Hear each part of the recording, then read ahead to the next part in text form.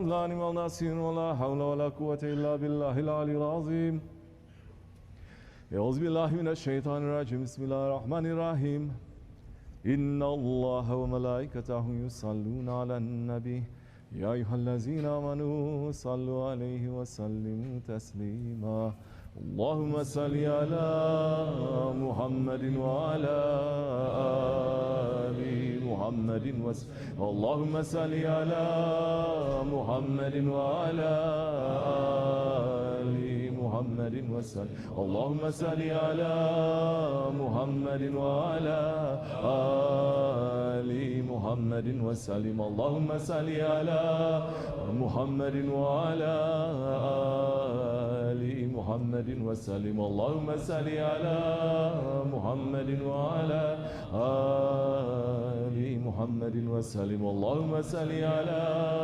محمد وعلى آل محمد وسلم اللهم صل على محمد وعلى آل محمد وسلم اللهم صل على محمد وعلى آل محمد وسلم اللهم صل على محمد وعلى آل محمد وسلم اللهم صل على محمد وعلى آل محمد وسلم صل يا ربي وسلم على جميع الأنبياء والمرسلين وعلى كل أجمعين والحمد لله رب العالمين على أشرف العالمين سيدنا محمد الصلوات وعلى أفضل العالمين سيدنا محمد الصلوات وعلى أشرف العالمين سيدنا محمد الصلوات صلوات الله تعالى وملائكته وأنبيائه ورسله جميع خلقه محمد ومحمد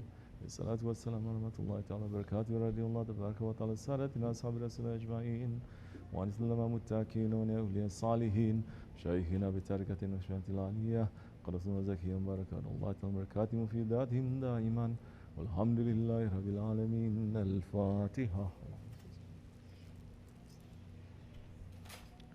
سبحان ربي العلي العلى الوهاب أعوذ بالله من الشيطان الرجيم بسم الله الرحمن الرحيم الحمد لله رب العالمين اللهم صل وسلم وبارك على سيدنا محمد وعلى آله وصحبه أجمعين نسأل الله وإياكم أن نستجيب شفاعته ونرجو من الله رحمته ورأفته اللهم بحرمة هذا النبي الكريم وعلى وأصحابه سالكين على منهج القوي اجعلنا من خير أمته واسقنا من غير حرمته واحشرنا في زمرته وزعمنا سنتنا في منه ونصرته وأنما تمسكنا بسنته وطاعته ومثل اللهم على حوضه وجماعته اللهم ارحم ودركنا من ندخلها انزل ما في قصورها فلو من ينزلها وارحمنا ما اشهر الخلائق فترحمها اللهم ارزقنا زيارته في كل سنه رغم افريق الامر قبل سنه اللهم اجم غاتي ذنوبا وستت بر المغفره عيوبا اللهم انه كان معنا في السماوات في مثلها قد من فضله رحمه الله اللهم ارحمنا بأسنا اصحاب القبور وفقنا فاسنه على مغرب الدهور اللهم اجعلنا لآلائك ذاكرين ولنعمائك شاكرين وليوم نلقاك من الذاكرين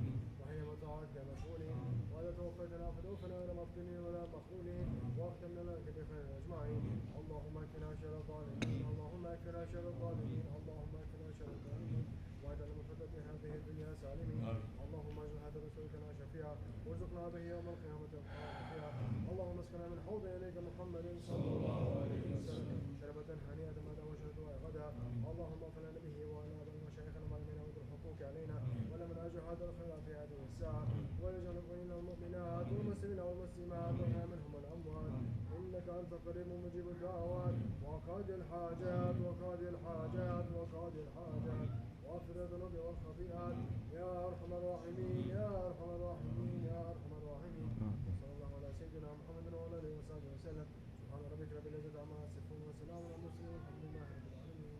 Bismillahirrahmanirrahim. Ya Rabbi, all praise are due to me. Of peace and blessings to our holy Prophet of Islam and his family and his companions. Ya Rabbi, please bless our Grand Sheikh Sultan Ya Sheikh Maulana Muhammad Nazal Al-Khani. Ya Rabbi, please bless our Sheikh Sahib Sheikh Sheikh Abdul Rabban. Ya Rabbi, raise them to higher and higher and higher stations. Ya Rabbi, Ya Rabbi, give long life, healthy life, strong life to Sheikh Usman. Ya Rabbi, make us be better ones to him. Ya Rabbi, make us be better ones this way. Ya Rabbi, Ya Rabbi, we're thanking you so much for every ni'mah that you've given to us, Ya Rabbi. Ya Rabbi, thank you for letting us to be here for zikr, Ya Rabbi. Thank you for letting us to be in Jamaat, Ya Rabbi. Thank you for letting us to be in Sohbat, Ya Rabbi.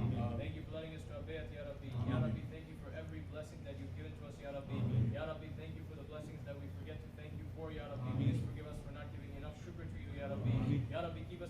of shukr, Ya Rabbi. Keep us at the door of tawbah, Ya Rabbi. Ya Rabbi, our Shaykh is teaching us that you created us with love, Ya Rabbi. Make us to return that love to you, Ya Rabbi. Make us to return that love to our Holy Prophet, Ya Rabbi. Make us to return that love to our Shaykh, Ya Rabbi. Don't let us to be living through this life as ungrateful ones, Ya Rabbi. Don't let us to die as ungrateful ones, Ya Rabbi. Ya Rabbi, we're asking you for a good end in this life, Ya Rabbi. To leave with shahadat, Ya Rabbi. To leave with you being pleased with us, Ya Rabbi. Our Holy Prophet and our Shaykh being pleased with us, Ya Rabbi. Let us to stay in that good jamaat in this life, Ya Rabbi, and in the next life, Ya Rabbi.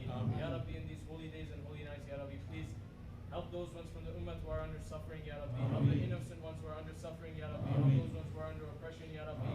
Lift it from them, Ya Rabbi. Make it to be easy for them, Ya Rabbi. Through the help of the ones that you send to give help, Ya Rabbi. Through our Khalifa, our Sultan, Ya Rabbi. Through Mahdi alayhi salam, Ya Rabbi. Let us to reach to that time, Ya Rabbi. Let us to be from their servants, Ya Rabbi. For the sake of this holy night, Ya Rabbi. For the sake of our Shaykh, Ya Rabbi. Bismillahirrahmanirrahim. Ya Rabbi, iki cihan sever Muhammed Mustafa Aleyhisselatü Vesselam ile Ya Rabbi. Dergahımızın banisi Efendimiz sahibi Seyyid Şeyh Abdülkerim Kıbrıs Ya Rabbani Hazretlerinin makamına âle eyle Ya Rabbi. Gönüllerimizin sahibi Şeyhimiz Şeyh Lokman Efendi'ye sağlık, sıhhat, afiyet, güç, kuvvet nasip eyle Ya Rabbi. Yolunu aç, açık tut, ayağına ters değdirme Ya Rabbi. Sevdiklerinin hürmetine bu garip, aciz kullarını cümle ihvanımız ve kahve iman ehlini zalimin zulmünden, nefsin hilesinden, şeytanın vesvesesinden, Deccal'in ve ahir zamanın fitnesinden, cehennem ateşinden koru, kolla, emin eyle Ya Rabbi. Adaletin timsali olan mübarek Osmanlı ecdadımızın ruhlarına şad eyle Ya Rabbi. Himmetlerini her daim üzerimizde eyle Ya Rabbi. Ümmetin üzerine ilahi gölge olan halifemizi geri gönder Ya Rabbi. Samimi iman ehlini tek sancak altında toplayacak olan Mehdi Aleyhisselam zuhuratına yakın eyle Ya Rabbi. Bizleri de o samimi iman ehli kullarından eyle Ya Rabbi. Meclisimizi mübarek eyle Ya Rabbi. Rızalığından ayırma Ya Rabbi. Daim eyle Ya Rabbi. Amin. Amin. Estağfirullah. Estağfirullah. Estağfirullah. Lazim el-azi la ilahe illa ve hiyel kalimatı kal. Tevbeten abdüzden. Şurallahümme terabbi la ilahe illa ente halakak. Estağfirullah min şerri ma sana'a. Ya Vahhab, Ya Vahhab, Ya Vahhab, Ya Musavi vel azbabin Fatih al-abwab kaliba kulubi vel absar. Ya dal mutahhirin, Ya gıyas mustagisin, Ya hayy, Ya kayyum, Ya zul celali vel ikram ve fir amrin Allah, inna Allah basirun bil ibad. Allahumma صلاة تنجينا من جميع أهوال وآثار وتعديل لنا من جميع الحاجات وتطهرنا بصيئات ولي وصلاة جميع. اللهم صل على محمد وارحمت محمد يا أرحم الراحمين ارحمنا يا أرحم الراحمين فاعف عنا يا أرحم الراحمين يا غفر الذنوب ستر وفتح القلوب آمين آمين آمين وسلام على المرسلين والحمد لله رب العالمين إلى شرف النبي مصطفى رسول الله صلى الله عليه وسلم مشايخنا العالية خاصة ناصر الحال كنت الشهر شمال المعلس وهاري سلطان أولياء شيخ سلطان الفاتحة اللهم صل وسلم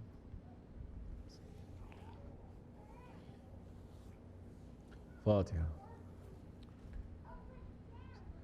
آمين السلام عليكم ورحمة الله شكر الحمد لله Allah may He accept our worship inshallah.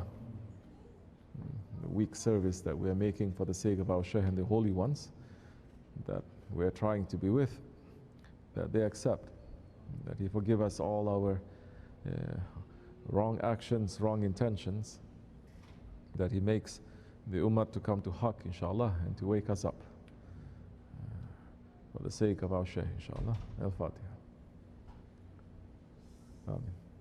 Assalamu alaikum. محمد في الأولين وصل على سيدنا محمد في الآخرين وصل على سيدنا محمد في النبيين وصل على سيدنا محمد في المرسلين وصل على سيدنا محمد في الملأ الأعلى إلى يوم الدين. اللهم أعط سيدنا محمدا الوسيلة والفضيلة والشرف والدرجة الكبيرة. اللهم إني آمنت بسيدنا محمد ولم أره فلا تحرمني في الجنان رؤيته وارزقني صحبته وتوفني على ملته واسقني من حوضه مشربا رويا سائغا هنيئا لا نظمأ بعده أبدا إنك على كل شيء قدير. اللهم أبلغ روح سيدنا محمد مني تحية وسلاما. اللهم وكما آمنت بسيدنا محمد ولم أره فلا تحرمني في الجنان رؤيته. اللهم تقبل شفاعة سيدنا محمد الكبرى وارفع درجته العليا وآته سؤله في الآخرة والأولى كما آتيت سيدنا إبراهيم وسيدنا موسى. اللهم صل على سيدنا محمد وعلى آل سيدنا محمد كما صليت على سيدنا إبراهيم وعلى آل سيدنا إبراهيم، وبارك على سيدنا محمد وعلى آل سيدنا محمد كما باركت على سيدنا إبراهيم وعلى آل سيدنا إبراهيم إنك حميد مجيد. اللهم صل وسلم وبارك على سيدنا محمد نبيك ورسولك وسيدنا إبراهيم خليلك وصفيك وسيدنا موسى كليمك ونجيك وسيدنا عيسى روحك وكلمتك وعلى جميع ملائكتك ورسلك وأنبيائك وخيرتك من خلقك وأصفيائك وخاصتك وأوليائك من أهل أرضك وسمائك. وصلى الله على سيدنا محمد عدد خلقه ورضاء نفسه وزنة عرشه ومداد كلماته وكما هو أهله وكل ما ذكره الذاكرون وغفل عن ذكره الغافلون وعلى أهل بيته وعترته الطاهرين وسلم تسليما. اللهم صل على سيدنا محمد وعلى أزواجه وذريته وعلى جميع النبيين والمرسلين والملائكة والمقربين وجميع عباد الله الصالحين عدد ما أمطرت السماء منذ بنيتها.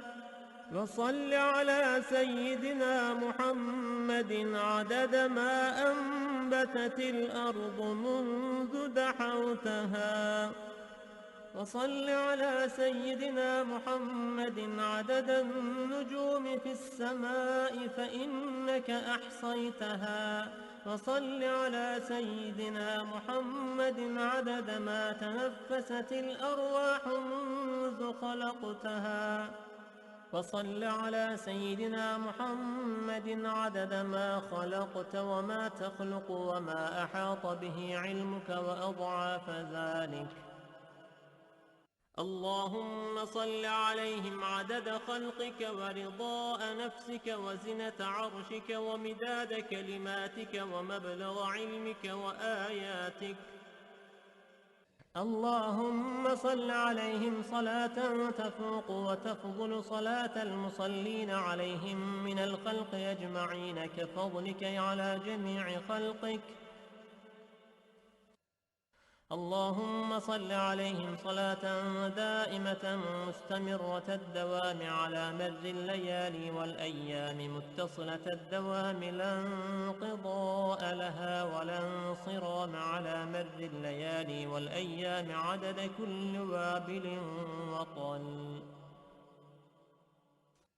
اللهم صل على سيدنا محمد نبيك وسيدنا إبراهيم خليلك وعلى جميع أنبيائك وأصفيائك من أهل أرضك وسمائك عدد خلقك ورضاء نفسك وزنة عرشك ومداد. What we're doing right now is preparing for death. Yes? Everything that we're doing is preparing for death, right? So how can a murid be unprepared for it? Be in a state of panic? Or not know that it is his last 7? One of the prayers that we're asking always is, Ya Rabbi, do not give us a sudden death. Yes? Not a sudden death. If you are preparing to go,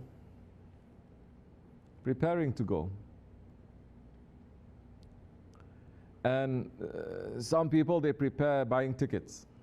That's how they prepare, yes? Some people, they buy tickets and they pack up, and their mind is already not here, it's over there, yes?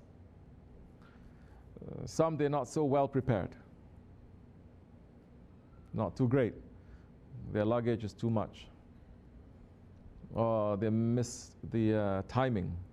They mess it up. But some people, they're prepared and they are always in their station of waiting there. When you're waiting on the platform, you're waiting somewhere, just waiting for you to board, you're always in that state where you are ready.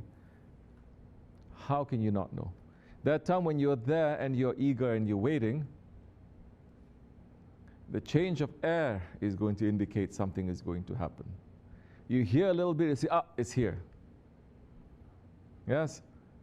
Some different energy coming, you know it is coming. It is here. What is here? The vehicle that's going to take you to the other side. So, I'm not going to go so much into what the awliyas they are saying, what the scholars even they are saying. It's like that and like this sometimes. The believer must know, 40 days before he passes, there are already signs that he's going to pass. Specific. Huh? These are the things that 1400 years Muslims have studied. It is a science. They have studied and they say, you must know. This is going to happen, this is going to happen, your feeling is going to change. That's why in the old days we hear, not so old days, even our grandfather, our uncles, or those ones, you know that when they pass, they already said, oh, he knew that he was going to pass. He was already making preparations. He was saying this, he was saying that, he was making sure that everything he's completely ready now. Then, 7 days before, 3 days before, 1 day before, they are ready. How can they not be? If their whole lives they're preparing to go, how can it be caught as a surprise? It only catches as a surprise for those ones who are not ready. They're not ready and they don't want to go. They don't want to go. We are advised by our Shaykh, remember death 40 times a day at least. At least remember death sometimes.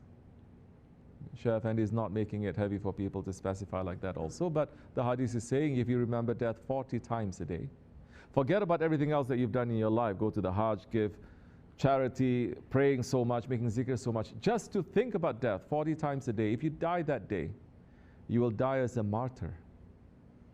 Because you're already getting yourself ready to go. When you get yourself ready, that means now you're not going to bring your whole house, because it's impossible to bring your whole house to travel. You're going to bring only a suitcase. And if you're smart, you say, I'm not even going to bring anything. Somebody over there is going to provide everything that I need. Yes? So you're going to travel lightly. Now you start preparing. So how do you prepare then this for death?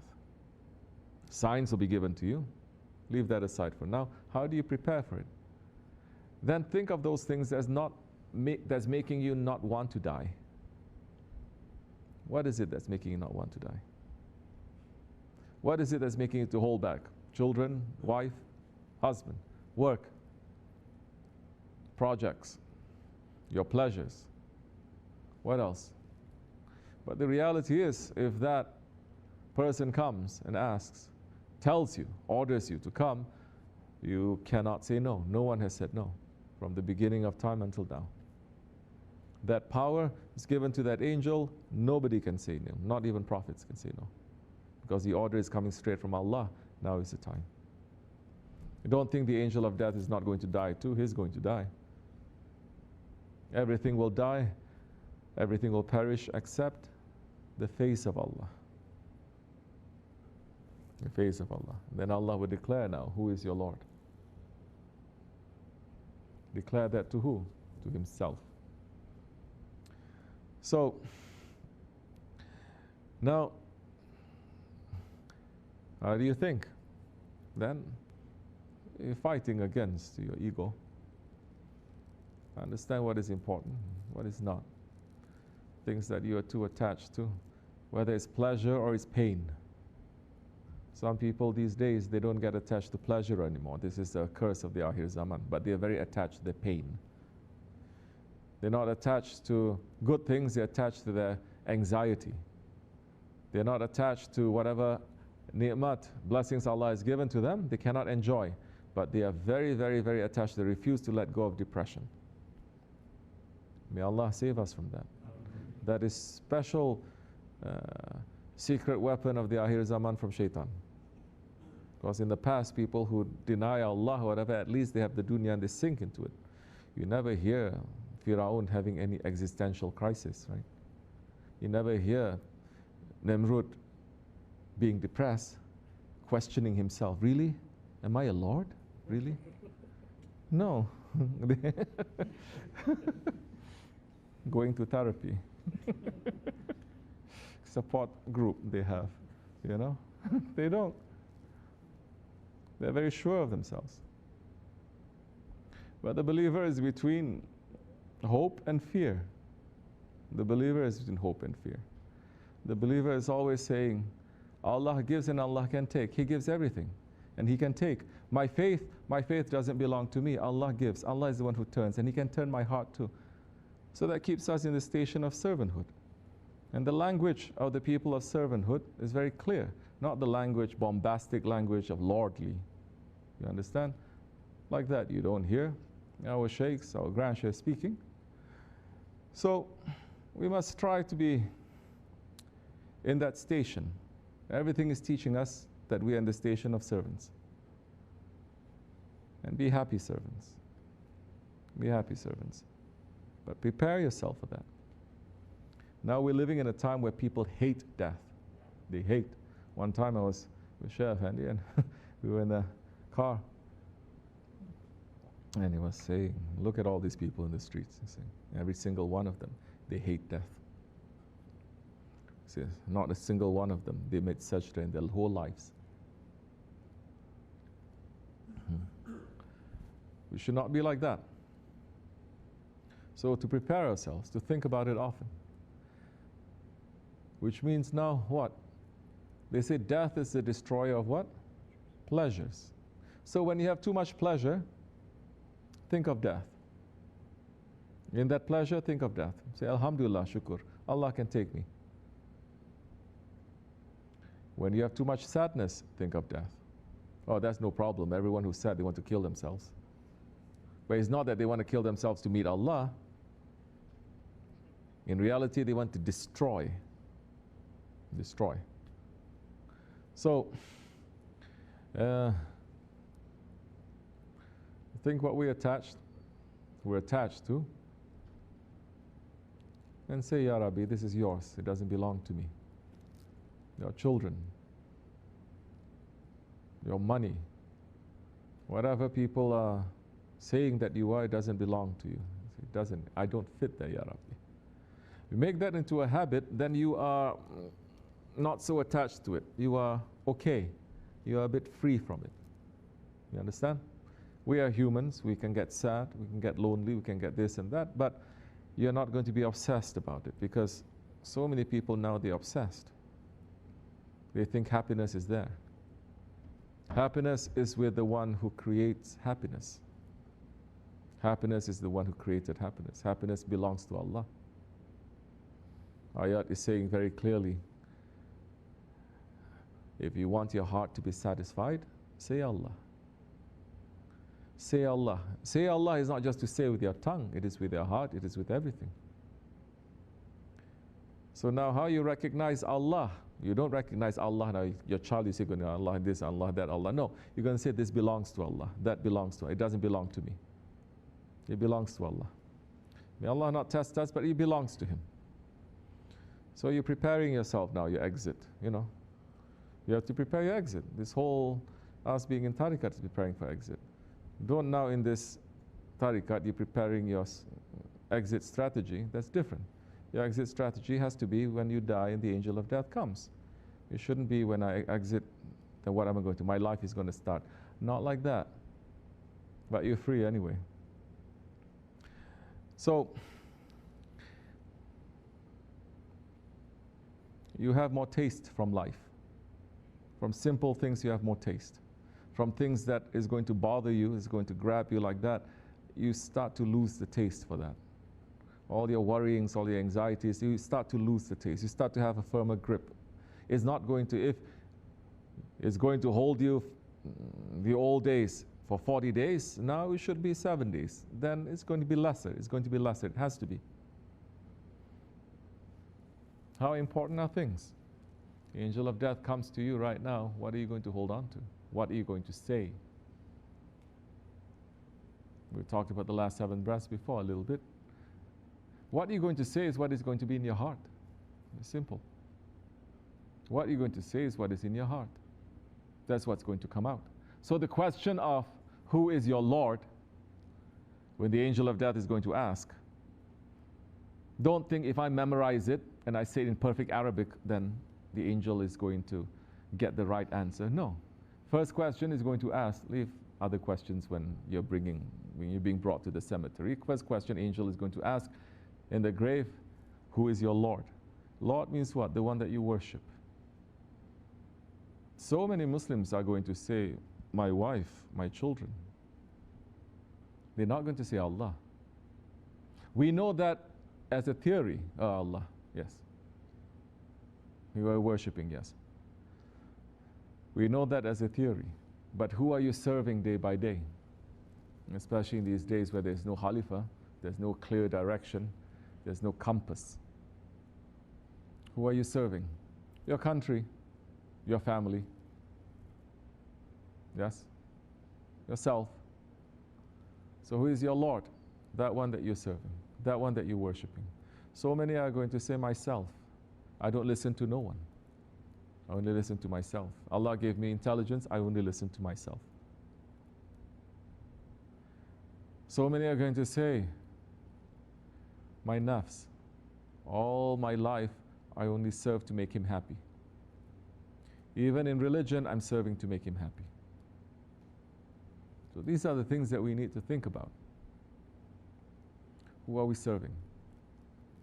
So these are all, they're all our ilahs. Exactly. These are all our ilahs. Of course.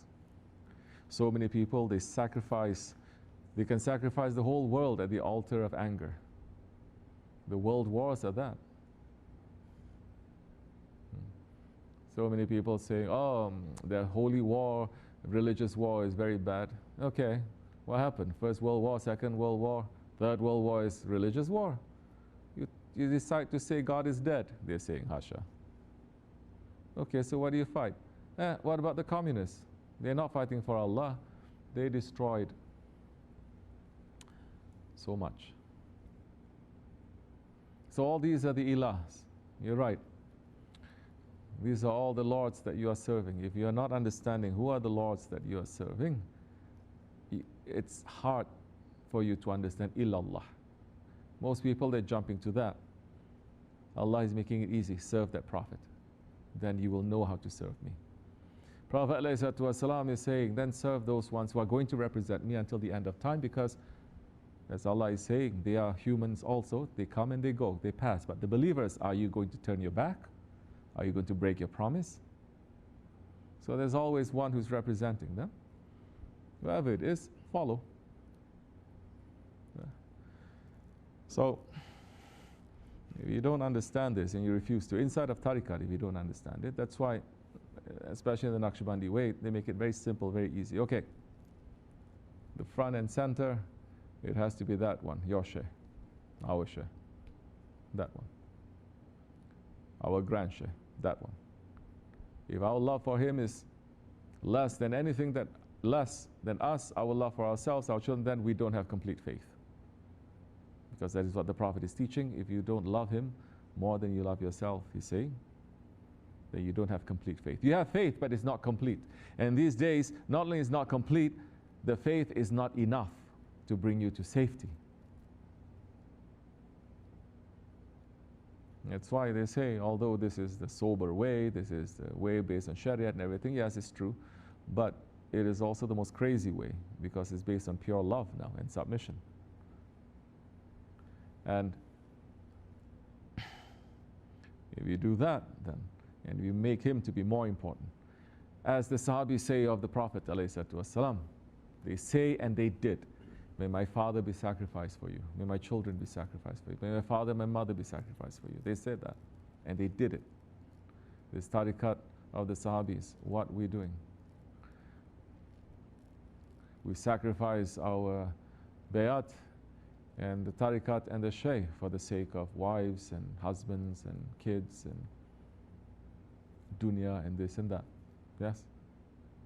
That's dangerous because Islam is not ruling. Tariqats are not ruling. Anyone can do what they want right now, but time will come. We want to be under his feet in our shaykh. And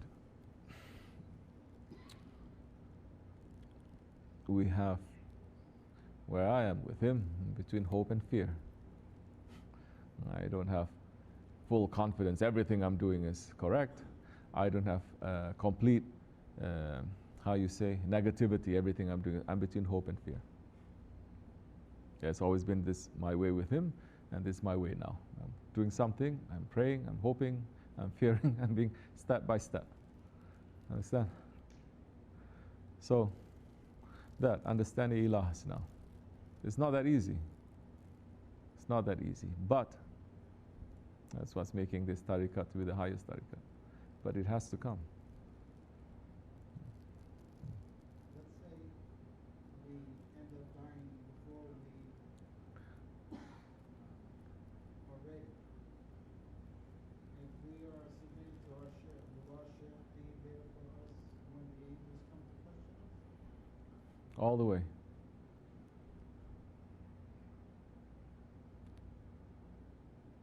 You don't leave him, you think he's going to leave you? Never.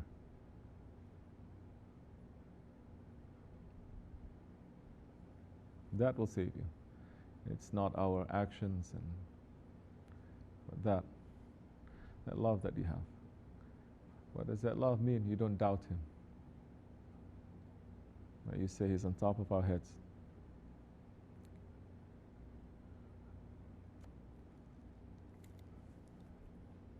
Inshallah.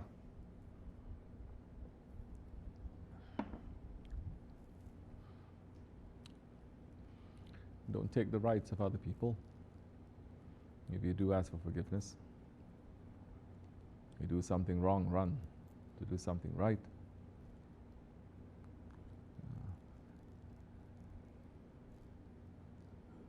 And look to see what he is busy with. Saving people is one thing that he's doing. He's doing so many other things. You're free to take whatever that he's doing.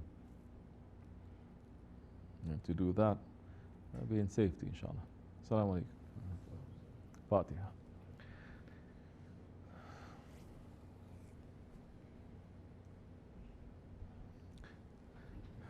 What else?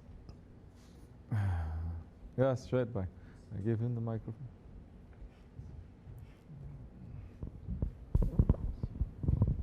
BismillahirRahmanirRahim. Shyam, if I could continue on this question. Continue question. BismillahirRahmanirRahim. What is the adab for us, murids, when Hazrat Rizal comes, the angel of death? So should we say salams to him or something?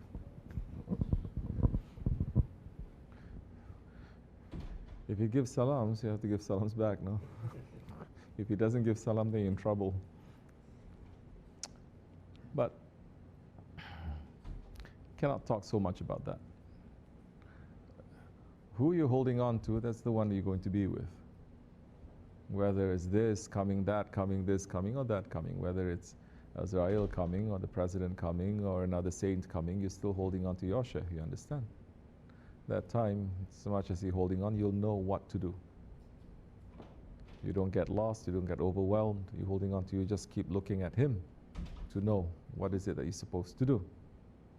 So many people get overwhelmed also. They're following their shaykh, but when other people start praising them, they start floating. Huh? We've seen it during Shaykh Effendi's time, then other people may praise them, Shaykh Effendi may praise them. Then they get lost even, more drunk. Then they lose all connection in that time. If you're drunk, you lose all connection. So the whole point is not to be overwhelmed, not to be drunk. No.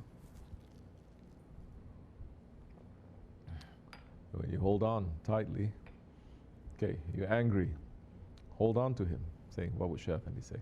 What is he telling us to say? Hold on, don't lose him. Don't say, well, this is personal matter, it's between me and my brother, it's nothing to do with Shaykh Effendi or Dergahi or tariqat or anything. No. Are you still a Muslim? Yes. Then you still murid? Yes. Then why are you separating? In your happiness, same way. In your anger, in your depression, in your positive and negative, you hold on. So you know what is the adab of behaving in that situation. Otherwise, you're going to get lost. So now what happened? Now you're here, you're going to be different. Now when you go back amongst Pakistanis, you're going to be completely different. Go back amongst Indians, different. Go back amongst Spanish people, you're going to be different. Are you going to change? No, you're not. You will know then if you hold on to him tightly and you observe him. And you learn. It's not so easy.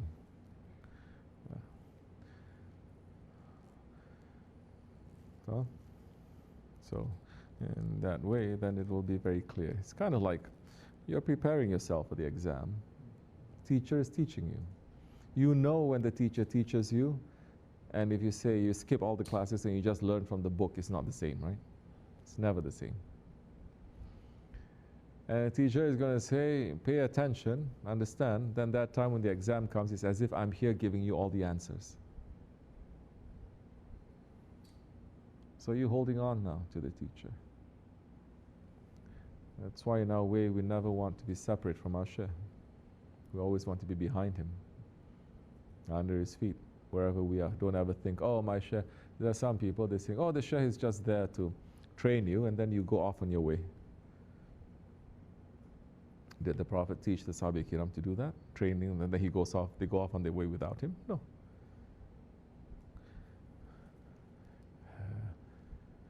So, we don't want to be separated from him. You can't anyway. If you think you are, you cannot be separated. You're part of him. Easy way or hard way. You're going to come back. Yes? Inshallah. Assalamu alaikum. Okay, what else? Yes?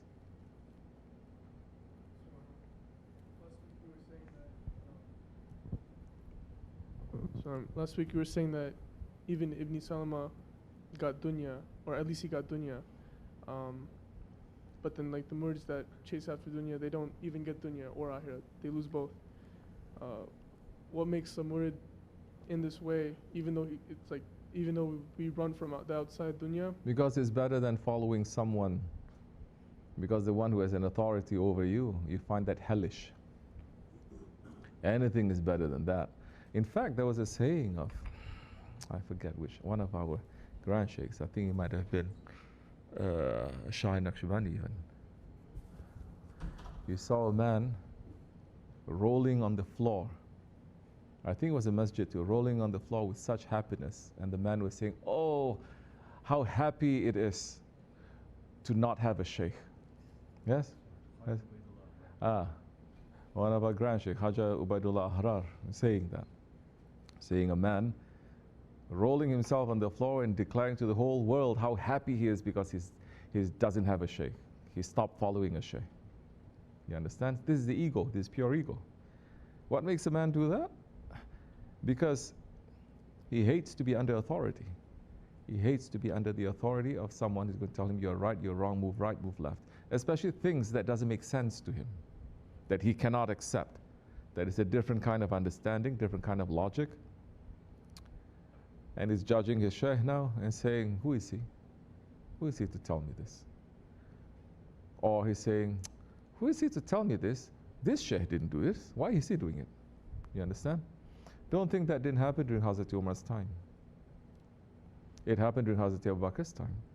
All those ones also who opposed him, they were also those ones who were saying, Prophet didn't do this, why is he doing this? During Hazrat Umar's time, the same thing too. Prophet didn't do this, why? He had to force. Yet he was walking around with a whip in his hand. He took out his sword. So, what makes him to do that? Because Shaitan tricked them, and the pleasure and the freedom of being free from authority from a Shaykh is so sweet, it can overtake him. So he can do anything it is. You're looking at that one, he's in hell. Why are you doing this? You're in hell. Why are you doing this to yourself? Why are you selling yourself? So many things horrible. Leave Islam is not right in any religion. You're doing this, but they're so happy because they're feeling the freedom of not having a shaykh. Someone who's not going to tell them what's right and wrong. Someone who has no hold over them, and they're free to do anything that they want. The ego is free to do it. That's why they go crazy. And in these days, it doesn't matter. The world doesn't have to offer anything to them. Just for them to be away from that is enough. It's enough. They get so happy. It's not going to last. It never lasts. Never lasts. Darkness comes very clearly. And then that time they push even more. Shaitan says, then you have to try more. But then they try more. The taste finish also. No, you're not trying hard enough. Do more, do more, do more until it's just like an addiction, no? Yes? If we're in this way and we start to feel that pull. Cannot hear you. What? If we're in this way and we start to feel that pull, what can we do to fight that? Do everything you can to fight it. We are here to fight it. It is natural to feel like that. It is not unnatural, it's natural to feel like that. You must feel like that. Then you start fighting. If you don't feel like that, you're still not being tested. Your ego is still lurking somewhere. Until they poke you, and Shaykh Effendi is expert at that. Oh, you think I'm bad. Oh. Until it releases, and then he turns in and says, how do you like it? Yes? It has to come out. When it comes out, then you have to deal with it. Then you have to fight it. You understand? So, how are you going to fight it? That's when you are going to listen and put what's in the sohbat and beyond the sohbat. Sohbat is not just words. Sohbat is talking about everything. So you look at everything. And the ego does not have a playbook, a book of instructions. Hey, sit properly or else go to the woman's side. Okay. The ego does the same thing. Everyone's ego sorts of, they do the same thing. There's nothing really very sophisticated or very original or very innovative about what the ego does. Same thing. The playbook is very simple.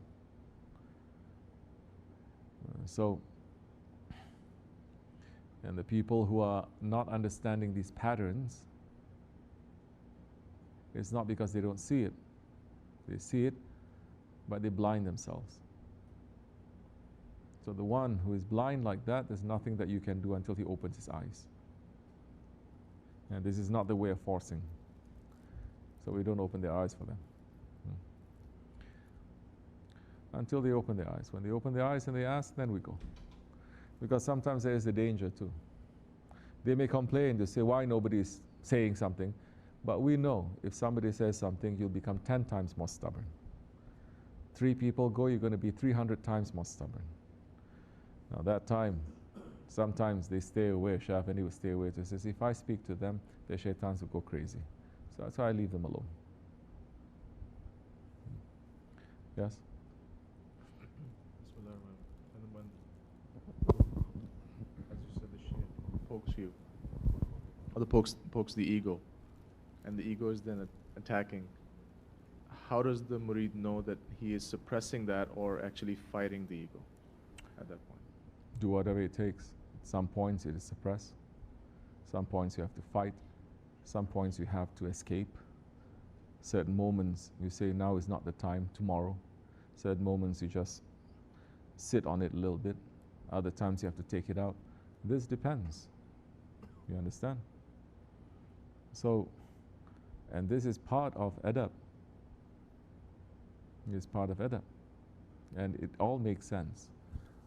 For instance, you're over there. You say something funny. Then I poke you. That's not really a poking. You're saying something funny. And then other people, because they're fed up also, then they start to poke you. But they're not poking you. You understand? So where is this also in terms of like poking? Like, is it really poking? Means you're there, nice, quiet, nothing is happening, and then somebody just jab you for no reason to take something out. Doesn't happen very often. Not in this place too. You understand? Sometimes, most times we poke and we make it clear is because something is coming up and they will say, push it back. You understand? So even when that happens, now you look at the situation, you look at the circumstances, whether it is necessary now to fight back, to talk, to laugh, to joke, to be quiet, to ask. And this comes with maturity. No? So, but like I said, the ego has a clear playbook, instructions, their patterns. And this is made clear in our way more and more. So a person will get blinded by his own anger, but it doesn't mean that there isn't a way that he should be handling that. There is a way. He knows the ego will always do this, but he decides to give in. He's not controlling it, just a little bit to understand. Some people, maybe they're making joke with you. They always make joke with you, and you don't like it. So many times you're going to swallow, swallow, swallow. And then one day they poke you, for instance, not unprovoked, but they poke you anyway. And then that's the time you blow up. But the time when you blow up is when, for example, in front of the sheikh, that you're going to blow up. Or in front of guests, or in a holy day. You understand? Shaitan will always advise the ego to do things like that, to mess up on these very important situations. Is that the best time? Is that very high level knowledge? It's common sense, right? But if you don't have control over it, then you say, no, I have a reason to do this, I must do that. And a lot of people, they do this, especially when they don't see each other for a long time and they come for holiday, Thanksgiving, Christmas, whatever, and then it becomes one big drama. You want to take everything out because now you have an audience. There's the other thing also. Ego loves an audience. Can only work with an audience. You think, whatever that your audience, if it's taken away from you, can you still be doing that? Will you still be able to do that? What are you going to do? What are we going to do? Shaykh Effendi is using this technology, but he's not relying on this. Neither are we. If this is taken away, technology is taken away, we can't reach people through this, we're very happy. I'll be more happy. We're going back to the old school way. The heart is going to move and you're going to try to find out. We'll still continue. But there are those that if you take away social media from them, they cannot continue. Then there's something wrong there. Because your work and your sense of haqq does not come through those platforms. And it doesn't matter to you. Then that time you understand, it is better for me to be quiet than for me to say, because it is not me who is going to do anything. It is Allah who is going to allow it to happen. But when the sweetness of not following a living guide, a sheikh who is going to put authority on you, That sweetness will drive everyone crazy. They come out and they say, I'm free. I'm going to do whatever I want. Oh, how I've been brainwashed all these years. You understand? Okay. First, you're going to say, as murids, what did I do? Where is my wrong in this? Not to say why this one has to do it. Okay, I did a little bit wrong, but why he has to do this? No, where are you going wrong? And if you are addressing that by yourself, no one needs to be doing that over and over again. No one. Because they're seeing you trying to do something. You are. But if you are not awake and aware, you think you're doing something, but you're doing the opposite. Anyway, understand a little bit? Assalamu alaikum. Evet. Başka? Anything else? Yes.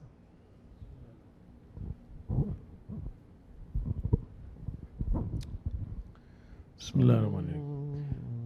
The language of the awliya is very rich, and some people, that's why they're saying, you mentioned that a sohbat has 7 levels at least of understanding. Some people take the words literally, and sometimes it's metaphorical, and vice versa. Yes. How do the murids who are listening, they take everything literally sometimes and say, he said this, so it applies to me, and I'm in trouble. And so how can we guide, or how can you explain to them more about when to take it literally and when to take it metaphorically? When you read the Quran, you know you cannot take the Quran literally, right? We already know this, unless you're Wahhabi, Salafi, whatever, right? We don't take it. So whose, not interpretation of the Quran, but whose understanding of the Quran must you take? Not your own understanding, someone else's understanding, right? Whose is it? First, it has to be the Holy Prophet, ﷺ. Then it has to be the understanding of the Prophet through the companions, and understanding of all of that through the saints, through the scholars. We cannot now just take it literally from there. To say that now Allah is saying that, so I'm going to do it like that, then we are going against the words of Allah. We're following our ego, and we're saying we're not following anyone else. I'm better than anyone else. Millions of scholars and saints, I'm better than them, because I'm going to take directly from the source. So which means that as part of Ahl Sunnah is, then you're going to follow the traditions. Those ones who are going to take it, those ones who are going to digest it, give it to you what is best for you, for this time. So, in pretty much the same way, the words of the Shaykh, they're like that. If you want to take it literally just from that, the sohbats, yes, it is for every time. But the sohbat is also addressing specific things. Yes? It is like the Quran, yes? Because the Quran is before time, is pre-eternal and post-eternal. But every ayat in the Quran, there is a specific occasion and reason why it came down, no? In the lifetime of the Holy Prophet, ﷺ. So now, the Sahaba Kiram, no one can say they misunderstood the Quran. No one can say that, right? They don't make their own interpretations of the Quran. They don't misunderstand the Quran. Why is that? Because they're always with the Holy Prophet ﷺ. And they know when, for what reason it's coming down. And it means more than that according to the level of the Sahabis. It is the primordial book. It is a book that is without time or space. It's the words of Allah. But the Sahabis know now, this ayat is coming addressing this situation, but it means more than that. And there are people who are going to explain what it means when it means more than that. Okay. People who are taking the Shaykh's words literally. Shaykh's words are also having meaning in that time, in that space. How are you going to know that? If you have that sohbat, that closeness with the Shaykh. Closeness, I don't mean someone who's just imagining themselves to be close, and no, there is a specific protocol to that as well. There is a specific protocol to that. So you're going to spend time like this or like that. traveling, not traveling, staying in sohbat, not in sohbat. You understand now more and more how the Shaykh is thinking, what he's working with. Then that time when he gives, you understand he's talking about this and this and this. There's more. So you need to be close to him. You cannot just understand like that. Then you need to talk, you need to ask, you need to consult. That is also sohbat. And difficult to come to him directly, there are others that are around. Where the egoistic person is going to say, no, there's no one else, it's only me and my Shaykh. Later he's going to say, no, there's no one else, it's only me and Allah. So, there is also a protocol in every dergah. There's a protocol here. Even if there is something, a knowledge that Shaykh Effendi had given me, but if it is not proper for me to tell to everyone, I will not, because it doesn't concern everyone else. There's a knowledge that he gives to you about a particular situation. You are not going to say this knowledge is for all times, all people, all situations, no?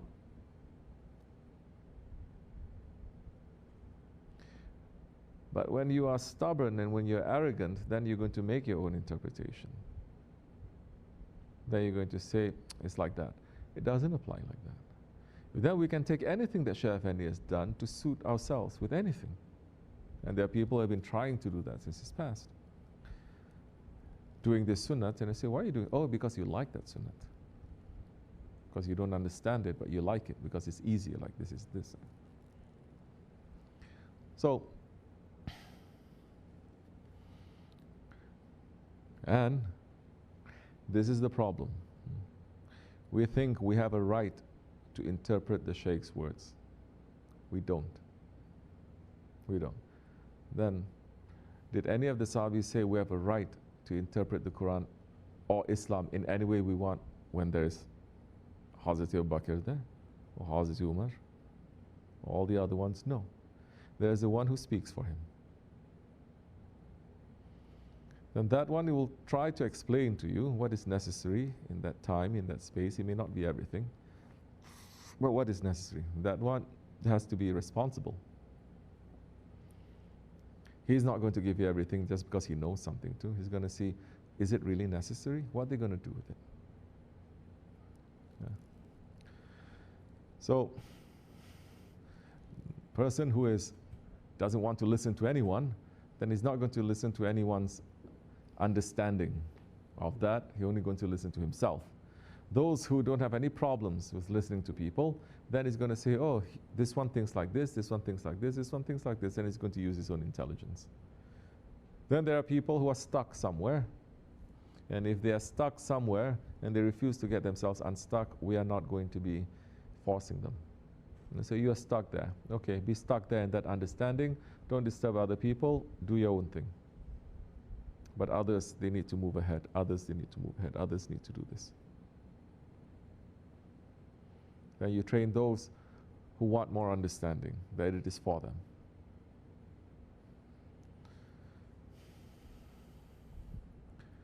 Yeah, so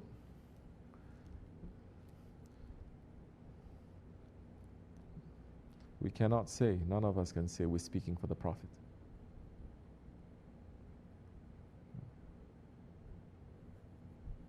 It's ridiculous. So we cannot say now, every one of us saying that we're speaking for our Shaykh.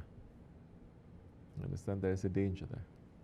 We may say this is what I understand from it. There may be other understandings, but this is what I take. That's okay if someone asks.